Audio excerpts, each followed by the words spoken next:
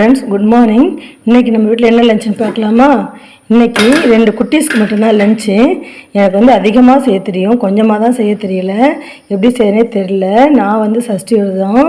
ஹஸ்பண்டுக்கு வந்து இந்த மந்த் ரிட்டையர் ஆகிற ஸ்டாஃப் வந்து லஞ்சு தராங்க. அவங்க வந்து நேற்றே வந்து நான்வெஜ் சாப்பிட்றவங்களாம் லஞ்சு கொடுத்துட்டாங்க. இன்றைக்கி வந்து வெஜ்ஜு சாப்பிட்றவங்களுக்கு லஞ்சு தராங்களாம். அதனால் வந்து எனக்கு லஞ்சு வேணாம், நான் அங்கே போய் சாப்பிட்ணுன்னு சொல்லிட்டாங்க. 2 குட்டீஸ்க்கு மட்டும் வெஜிடபிள் ரைஸ் தான் செஞ்சேன். ஃப்ரைட் ரைஸ் செய்யலான்னு பார்த்தேன். ஃப்ரைட் ரைஸ்னால் எவ்வளோண்டு அரிசியை போட்டு வடித்து எடுத்துகிட்டு அதுக்கப்புறம் செய்யணும். சரி, வெஜிடபிள் ரைஸ் இருந்தால் ஒரே வழி ஆகும்னு சொல்லிட்டு வெஜிடபிள் ரைஸ் தான் செஞ்சுருக்கேன். பட்டாணி, கேரட்டு, பீன்ஸ் எல்லாமே போட்டு செஞ்சுருக்கேன். நல்லா இருக்குது பாருங்கள். 2 பேருக்கு லஞ்ச் எடுத்து வைக்கணும். அப்புறம் வந்து சைட் டிஷ் வந்து இந்த ஓலை போகடா கடையில் வாங்கினது இருந்தது, அதுதான் வச்சுருக்கேன். வேறு ஒன்றும் வைக்கலை. அப்புறம் தான் டிஃபனுக்கு வந்து ஆளுக்கு ஒரு தோசை ஊற்றி வச்சுருக்கேன். தோசைக்கு வந்து கார சட்னி இருக்குது, அதுக்கப்புறம் தேங்காய் சட்னி இருக்குது பாருங்கள். அப்புறம் வந்து ஹஸ்பண்ட் வந்து என்ன பண்ணுவாங்கன்னா, இந்த மோர் மிளகா போடுறதில்ல, அந்த மோர் மிளகாயை வறுத்து வைக்க சொல்லிடுவாங்க. அதை அப்படியே கையாலேயே நுணுக்கி அப்படியே வந்து தொட்டு சாப்பிடுவாங்க எண்ணெய் ஊற்றி. பசங்களுமே இப்போ சாப்பிட ஆரம்பிச்சிட்டாங்க. எனக்கு பிடிக்காது அந்த மாதிரி சாப்பிட.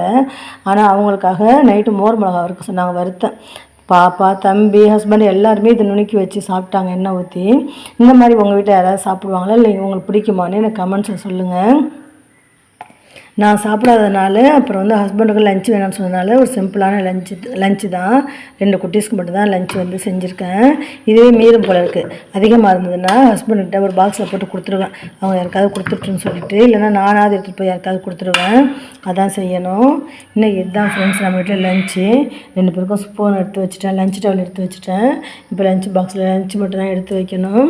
ஹஸ்பண்ட் தண்ணி எடுத்துகிட்டு போக மாட்டாங்க. லஞ்ச் எடுத்துகிட்டு போனால் தண்ணி எடுத்துகிட்டு போவாங்க. பாட்டில் இங்கே இருக்குது.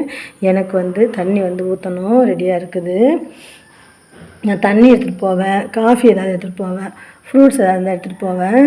தண்ணி வந்து குடிக்கிறதுக்கு போட்டேன், அது வந்து இறக்கி வைக்கணும். மாவு வெளியில் வச்சுருக்கேன். ஹஸ்பண்ட் வந்து குளிச்சுட்டு வந்தாங்கன்னா அவங்களுக்கு ஒரு தோசை ஊற்றி தரணும். இன்னுமே வந்து காஃபியே போடல, இனிமேல் தான் காஃபி போட்டு குடிக்கணும்.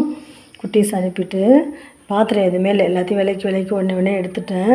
இங்கே எல்லாமே க்ளீன் பண்ணியாச்சு. இந்த வெஜிடபிள் ரைஸ் வந்து எடுத்து வச்சுட்டு அந்த ஒரே ஒரு பேன் மட்டும்தான் இருக்கும், அதை மட்டும்தான் விளக்கணும். இன்றைக்கி நம்ம வீட்டில் இந்த லஞ்சு தான். இந்த லஞ்ச் உங்களுக்கு பிடிச்சிருந்தா லைக் பண்ணுங்கள், ஷேர் பண்ணுங்கள், கமெண்ட்ஸ் பண்ணுங்கள். ப்ளீஸ் என் சேனலை சப்ஸ்கிரைப் பண்ணுங்கள், பெல் பட்டனை ப்ரெஸ் பண்ணுங்கள். அப்போ தான் நான் போடுற வீடியோ உடனுக்குடன் நோட்டிஃபிகேஷன் வரும். எனக்கு சப்போர்ட் பண்ணுங்கள் ஃப்ரெண்ட்ஸ். Thank you friends. பை.